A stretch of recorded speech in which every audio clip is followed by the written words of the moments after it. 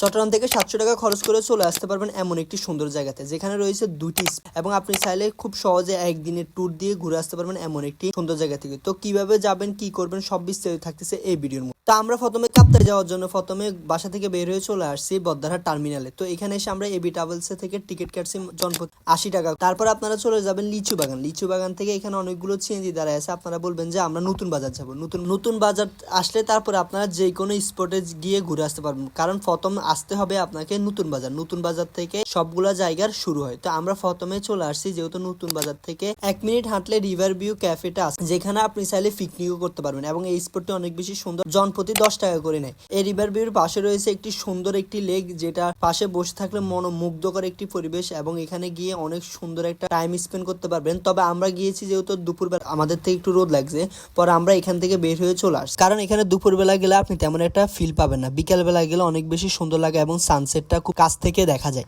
তারপর আমরা আবার চলে আসি নতুন বাজার থেকে আমরা আবার যাব নেভি ক্যাম্পে, যেখানে সিএনজি ভাড়া নিবে 150 টাকা। আপনারা একটু মূল্য নিবেন, কারণ এখানে 120 টাকা দিয়েও যাওয়া। তো আমরা যেহেতু দুইজন, তার জন্য আমরা 120 টাকা দিয়ে চলে যাই নেভি ক্যাম্প। যদি আপনারা 4-5 জন মিলে আসেন তাহলে আপনাদের থেকে খরচ অনেকটা কম পড়ে। তারপর আমরা চলে আসি নেভি ক্যাম্পে ঢুকতে হলে প্রথমে আপনাকে টিকিট কেটে নিতে হবে। টিকিট হচ্ছে জনপ্রতি 50 টাকা করে। এই জায়গাটাতেও ফ্যামিলি নিয়ে টাইম কাটাতে পারবেন এবং পিকনিক করার একটি সুন্দর একটি স্পট, যেখানে মনোমুগ্ধকর একটি পরিবেশ এবং যেখানে রয়েছে পাহাড় এবং রিভার ভিউ ক্যাফে থেকে আপনার ওইখানে অনেক বেশি বড় একটি লেক। যে এই লেক দেখার জন্য অবশ্যই আপনাকে একটু পাহাড়ের উপরে উঠা লাগবে, না হলে আপনি এই সুন্দর জায়গাটি দেখতে পারবেন না। আপনারা যখন পাহাড়ের উপর উঠতে যাবেন তখনই দেখতে পারবেন এমন একটি জায়গা, যেখানে আপনারা চাইলে বোট কায়াকিংও করতে পারবেন, তবে এখানে দিতে হবে আলাদা টাকা। তারপর আপনারা সোজা উপরে উঠে যাবেন এবং উপরে উঠে গেলে আপনারা দেখতে পারবেন এমন একটি পরিবেশ, যেখানে আপনাকে মুগ্ধ করে দিবে। এবং আপনারা যদি আপনাদের ফ্রেন্ডদেরকে নিয়ে যান তাহলে তো বিষয়টা আর বলে বোঝানোই যাবে না, কেমন সুন্দর ফিল হবে আপনাদের থেকে। আপনারা চাইলে আপনাদের ফ্রেন্ডদেরকে নিয়ে এখানে আড্ডা দিতে পারবেন, তবে এটি 5টা পর্যন্ত খোলা থাকে। তারপর আমরা আবার এখান থেকে উঠে চলে আসছি